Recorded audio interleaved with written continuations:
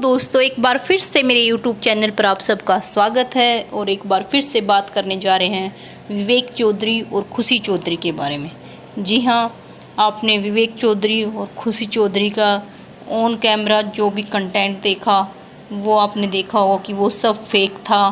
6 साल में इन कपल्स ने जो भी अपना रिलेशन दिखाया, आजकल जो उनके बारे में रूमर्स चल रहे हैं, उनकी जो बातें चल रही हैं, जो आपने ऑडियो की रिकॉर्डिंग देखी है, वो सब देखकर लग रहा है कि इन्होंने अपना वो सब रिलेशन फेक दिखाया था। क्योंकि आपने इनकी जो रिकॉर्डिंग वायरल हुई है वो भी सुनी होगी, और जो लोग बोल रहे हैं कि इनका डाइवोर्स हो गया है और राजा की कस्टडी विवेक को मिली है।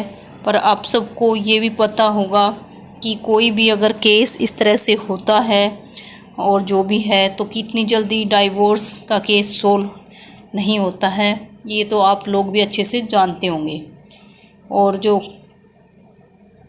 खुशी ने दहेज का केस किया है, उसमें बहुत सारे लोग ये भी बोल रहे हैं कि ऐसा क्या हुआ कि जो 6 साल बाद दहेज का केस किया। क्योंकि जो ये लोग ब्लॉग में दिखाते थे, इसका मतलब ये सब कुछ फेक था क्या? अगर 6 साल से मतलब खुशी ये दहेज का जो खुशी ने केस किया है, तो उससे तो यही बात सामने आती है कि फिर क्या 6 साल से खुशी ये सब कुछ झेल रही थी? ऐसा क्या था उनके रिलेशन में जो इनको मतलब इस तरह से अब केस करना पड़ रहा है? और राजा की कस्टडी का अभी कुछ भी कंफर्म नहीं हुआ है, क्योंकि आप सब ने लोग के माध्यम से भी देखा ही होगा कि जो भी है, राजा को सबसे ज़्यादा उसके दादा दादी ही प्यार करते हैं और उसके दादा दादी ने ही राजा को पाला है। क्योंकि आपको पता भी होगा कि जो विवेक चौधरी के बड़े भाई हैं वो बहुत पहले एक्सपायर हो गए थे। तो विवेक के मम्मी पापा अपने पोते को पोता नहीं बल्कि अपना बेटा ही मानते हैं, और उन्होंने उसको अपने बेटे की तरह ही पाला है। और अगर अभी तक तो इनका डाइवोर्स हुआ नहीं है, वो सिर्फ केस हुआ है। और अगर कल को इनका डाइवोर्स हो जाता है तो उसके बाद ही राजा की कस्टडी की भी बात होगी। जो लोग बोल रहे हैं कि राजा की कस्टडी विवेक को मिल गई है, नहीं, ऐसा कुछ भी नहीं है।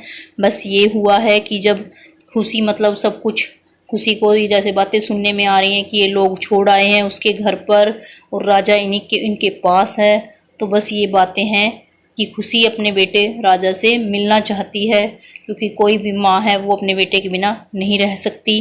पर अभी ऐसा कुछ कंफर्म नहीं हुआ है कि वही कस्टडी किसको मिली है किसको नहीं।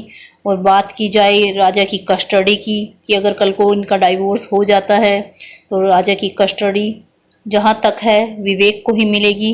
क्योंकि विवेक की फैमिली स्टेबल है फाइनेंशली, और हर तरीके से उनके पास अपना घर भी है, और इमोशनली उससे भी देखा जाए तो ज़्यादा कनेक्ट राजा अपने दादा दादी से ही है। पर वही बात है कि खुशी जो एक माँ है, और माँ के दिल की तरफ से देखा जाए तो कस्टडी माँ को भी मिलनी ही चाहिए। पर फाइनेंशली उससे खुशी अभी स्ट्रॉन्ग नहीं है, तो इसलिए ना ही खुशी के पास अपना कोई घर है, तो इसलिए हो सके कि खुशी को ये कस्टडी ना मिल पाए। और अभी ऐसा कुछ भी कंफर्म नहीं हुआ है कि राजा किसके पास जाएगा किसके पास नहीं। ना ही इन लोगों का अभी डाइवोर्स हुआ है, सिर्फ केस दर्ज हुआ है।